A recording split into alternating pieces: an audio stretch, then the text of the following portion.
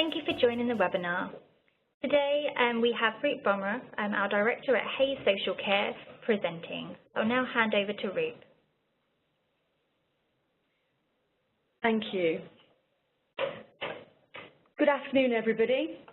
Before we start with the main presentation, I'd just like to quickly remind you that you can share your feedback and engage with the Hayes Salary Guide conversation on social media. Simply follow us on Twitter at Hayes News or connect with us on Facebook or LinkedIn using the hashtag Hayes Social Care. So welcome to our event and thank you for joining me today. I'm Ruth Bomber from Hayes and I'm delighted to welcome you to the launch of our latest salary guide. By the way of a brief introduction, I've worked at Hayes for 18 years and I'm responsible for our social care business across UK and Ireland.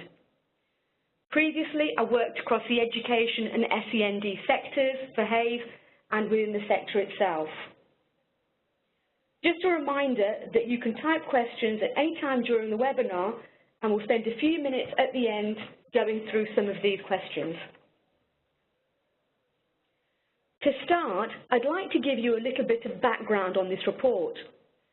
This is our first social care salary guide where we outline the salaries of social care professionals in different areas across the country.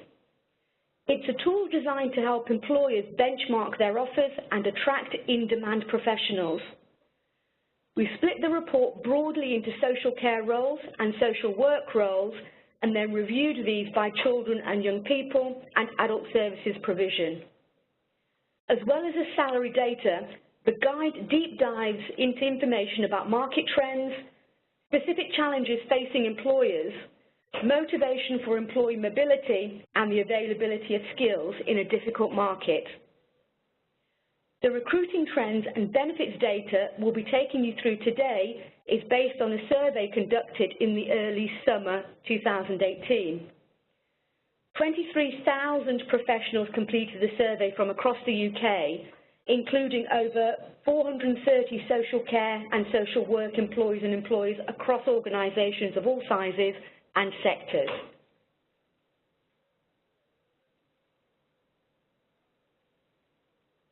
Looking specifically at social care, we can see that employers are expecting far more activity than other industries, with 69% predicting an increase in activity levels compared to the national average of 61%.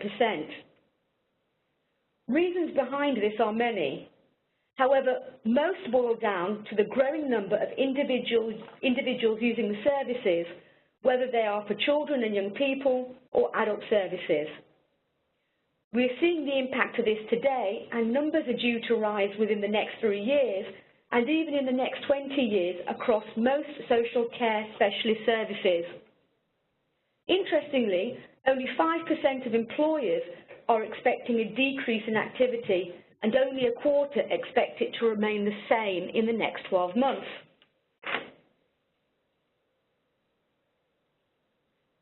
As we know, it's a challenging time for social care and activity is set to increase as we head into 2019. This increase to predict activity is translating into increased hiring plans.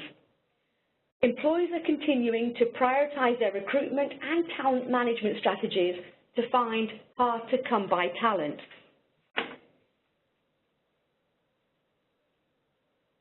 The vast majority of social care employers, 88% from across the UK, are saying that they plan to hire in the next 12 months, suggesting significant competition as we head into 2019. In the social work arena, we have seen a number of authorities introduce new projects to integrate hospitals and social care provision for adults. At the same time, projects for better transition for children into young adults are being introduced.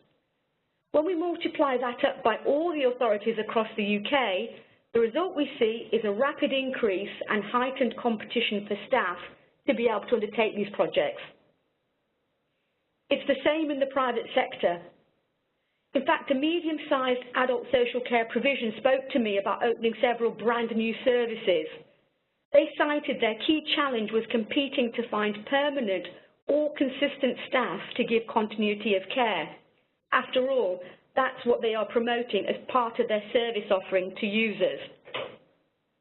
At the moment, across the board, employers are attracting from the same size talent pool, and that's why we are seeing these trends.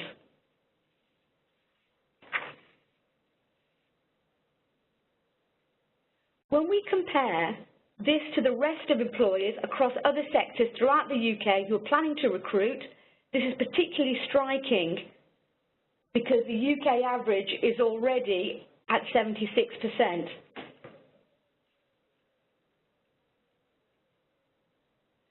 Permanent employees are expected to be the most highly sought after. Of employers looking to hire in the coming year, 79% state that they plan to hire permanent staff, whilst 47% plan to hire temporary, contract or interim staff.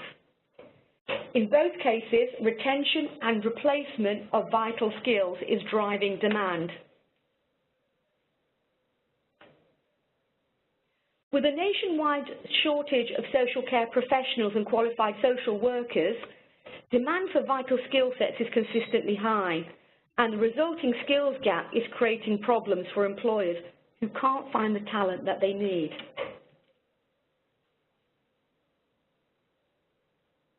In fact, 92% of employers across social care say that they experienced shortages in the last year. This was particularly pertinent across all frontline staff, whether in the role of a support worker or a qualified social worker. The need for talented leaders is also increasingly apparent. 40% of employers stated their most needed professionals needed to have managerial or leadership skills. In terms of managerial skills, we are seeing that some services are being tasked with improvement plans. The demands from CQC or Ofsted require managerial and leadership skills that can impact a very quick turnaround of that service. At the other side of the spectrum, recent discussions with the children's residential service provider saw them postponing the opening of a brand new service by as long as 18 months because they struggled to appoint the manager for the service itself. There is a need for commercial and operational skills, but there is a need to couple this with an ethos of quality provision of care. Both of these skill sets are deemed to be shortage skills.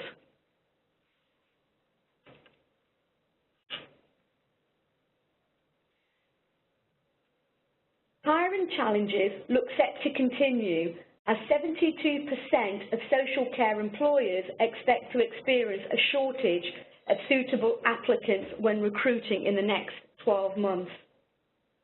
Worryingly, the people shortage is having an effect on care delivery, according to 39% of social care employers.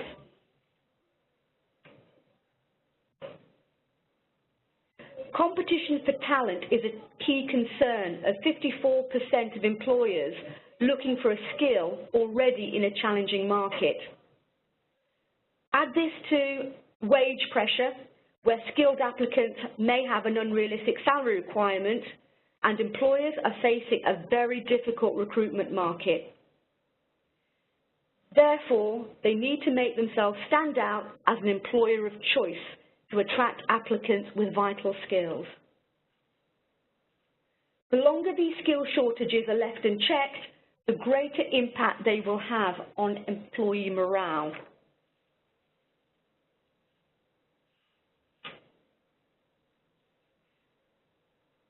As skilled professionals are stretched thinner, the social care workforce are put under increasing pressure to deliver more care with fewer staff.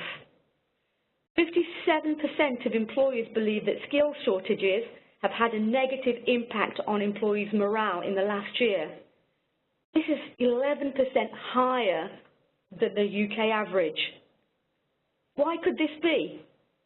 Well, we've seen caseload numbers are increasing and the hours of provision for more complex care is increasing. Those in social care are in the sector because they do care. Therefore, any increased pressure on workloads simply heighten the feeling or frustration that staff are not doing enough for the people that they work with and care for. This compounds the effect and impacts morale even more. Having said that, social care employees are also confident in the capabilities of their current teams.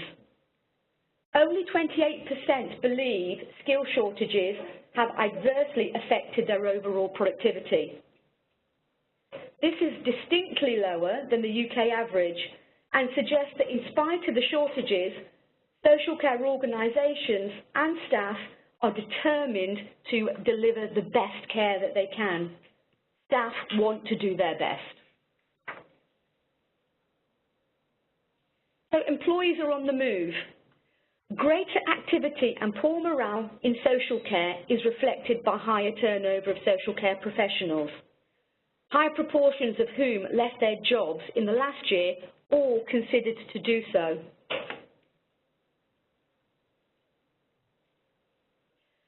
Looking back at the last 12 months, 51% of social care professionals said that they had moved role in the last year, and an additional 31% said that they had considered it. This statistic is a bit of a double-edged sword. On one hand, it shows a healthy talent pool of passive candidates who may be prepared to join your organisation, but on the other, it indicates a tumultuous period where professionals are becoming more difficult to retain. The message we should take away from this, however, is that 82% of social care professionals are part of the active or passive talent pool, and that social care employers can harness this to address their talent challenges.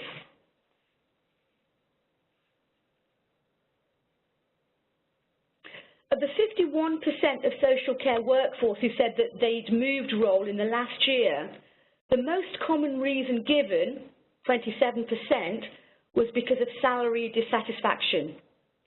But almost an equal proportion of professionals told us that it was due to work-life balance. It's important to note that while large-scale salary increases are out of reach for many employers due to budget and spending restrictions, work-life balance is an area where employers can offer real value to their employees, and I'll discuss this in a later slide. Employees have demands. Keeping these statistics in mind, you'll need to be aware of the main wants and needs of your workers so that you can do everything possible to retain key members of your staff. So while 27% of professionals left their role last year because of salary dissatisfaction, it's also important to social care staff that their employees are transparent about how pay levels are set. This was expressed by 85% of professionals who were surveyed, and it's higher than the UK average of 79%. This could be because of the need for clarity in the sector on pay banding for roles in social work, or clarity on the national minimum wage and sleep-in rate structures that have come into effect. Largely, employers are meeting this demand, with 68% feeling that they are transparent behind the reasons that there are pay restrictions. And while this does little to relieve pressure on salary dissatisfaction, it does have an impact on morale. Maintaining or improving transparency in this regard may help your retention issues in the future.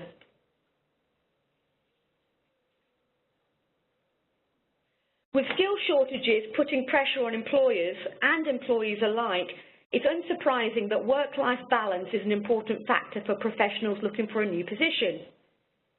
37% of social care professionals say that it's the single most important factor after salary when looking for a new role.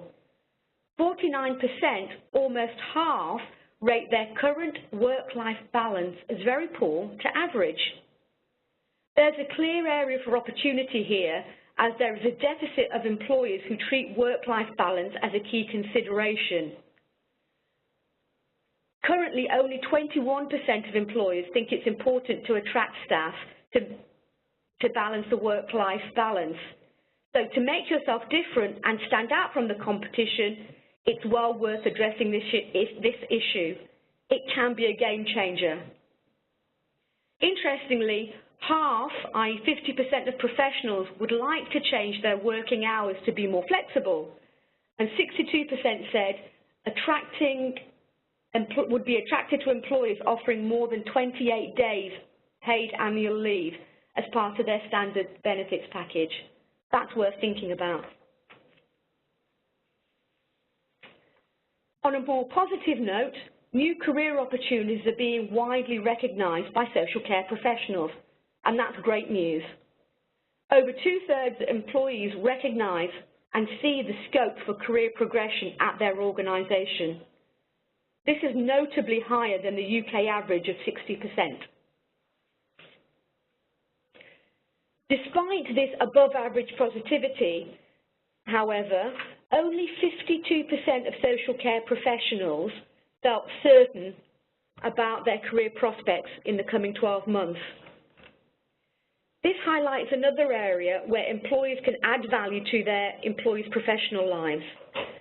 By actively supporting a professional's ambition, you can improve morale whilst also increasing loyalty and the chance of retention.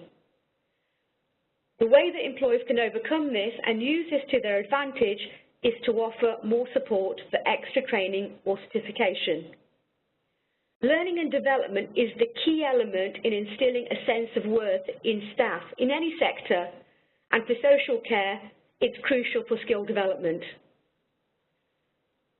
This would be a real differentiator for candidates in our sector, 55% of whom say it's important at this, looking in new roles.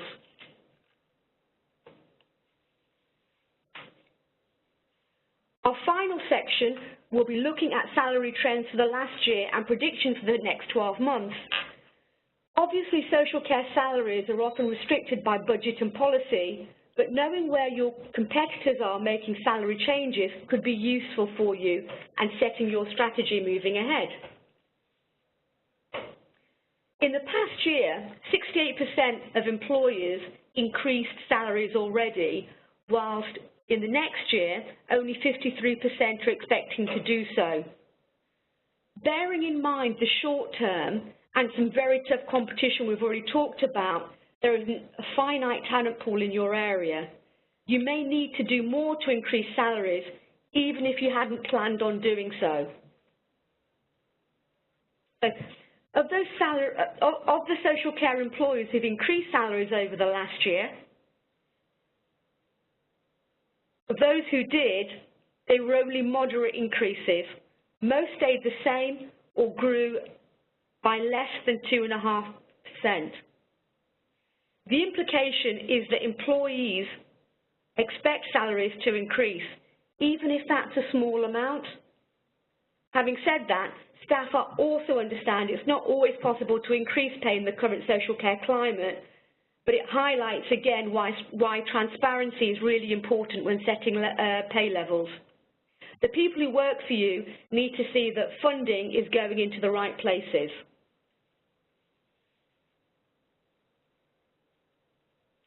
It's because of this understanding, few employees have actually requested a pay rise in the last year. Only 16%, which is quite strange considering salary dissatisfaction was at 58%.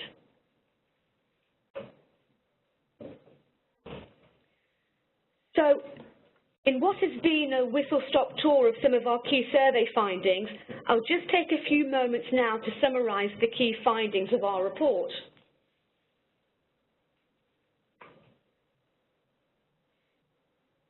Social care employers plan to escalate recruitment efforts in the year ahead to overcome the negative impacts of skill shortages and employee morale, whilst trying to maintain a level of care despite the backdrop of pressures on service users.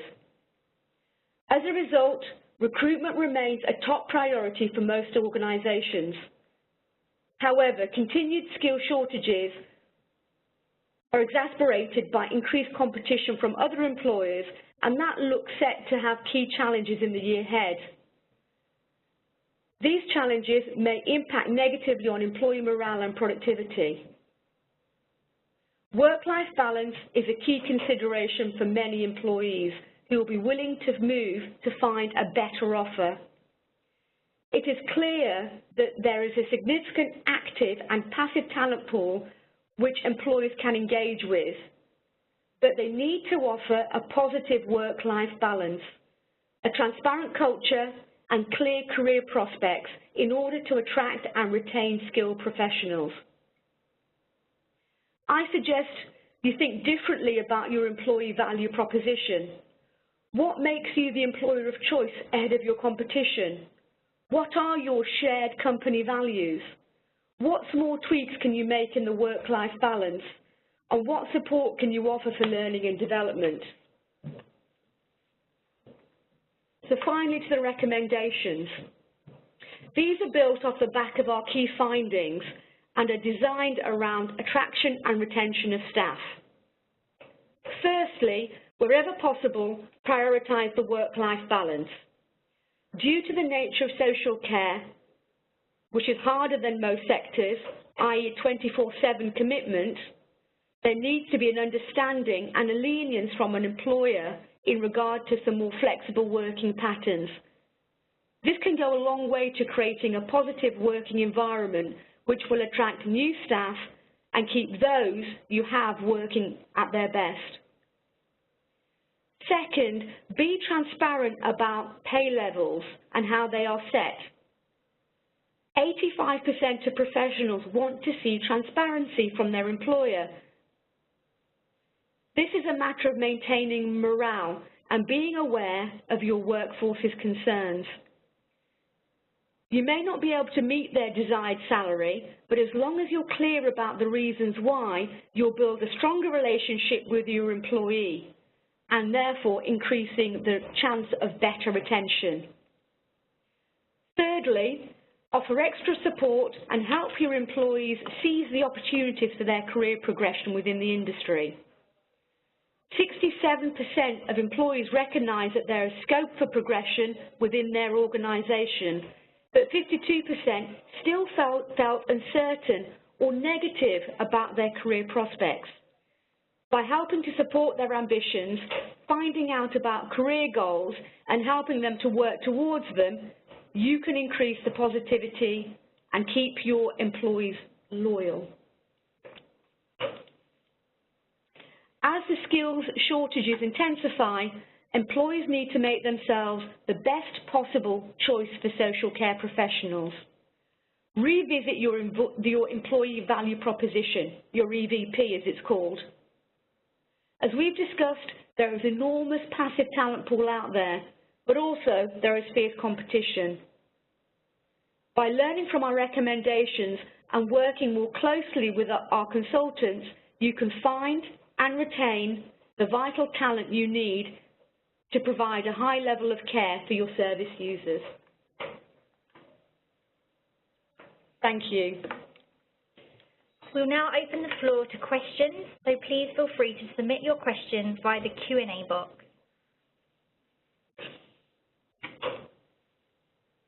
We've had a couple coming through as the presentation's been going along. So to begin with, we'll open with such acute skills shortages, what can employers do to attract the candidates they need? Thanks, Ellie.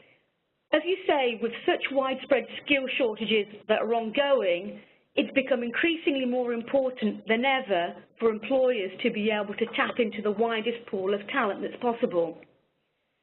Creating a stronger employer brand can really help your organisation to stand out from the competition and appeal to a wider audience of prospective candidates.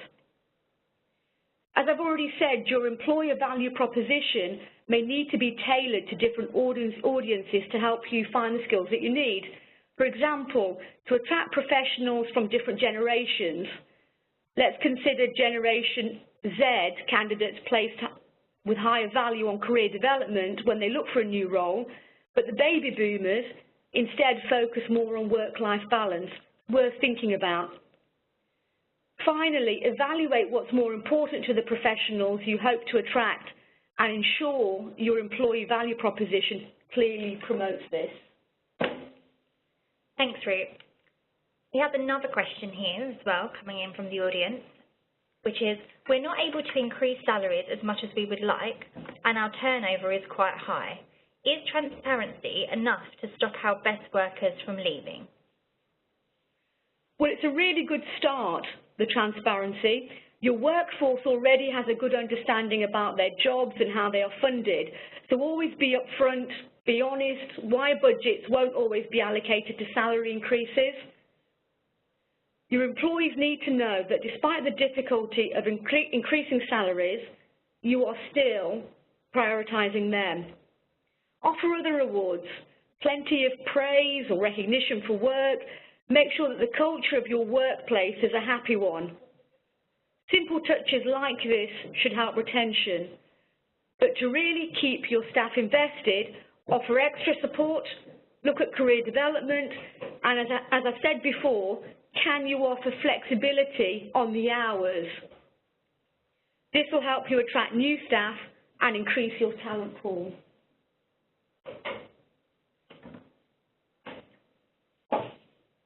Thanks, Ruth. Okay, another question here. How important are staff perks or benefits to attracting and retaining staff? I think they're really important in terms of letting people know what you do have. The question that we always get is, or the key thing that comes across from staff is that they just don't know what's on offer. As employers, we think we've promoted it well enough. We think we've told people what they've got access to, and we're very proud as employers of what we've got. But I think being really clear on communicating it as often as you can, I think will make a massive difference in retaining your staff. And equally, the more you promote it on all of your methods of attraction, or when you're talking to people who are interested in working for you, it will really help you get a bigger talent pool. We often think they're the small things, but actually it makes a massive difference. For example, I've been speaking to a client, just simply adding something very, very different. They're struggling to find staff who can drive to the service users in a particular area, so they're offering subsidised driving lessons. Really small, but it might make a massive difference for the staff that you are looking to retain or to attract. Thanks, Ruth. We've had a few other questions come in about copies of the slides, and I can confirm that these will be distributed after the webinar, so you'll receive an email with copies of the slides.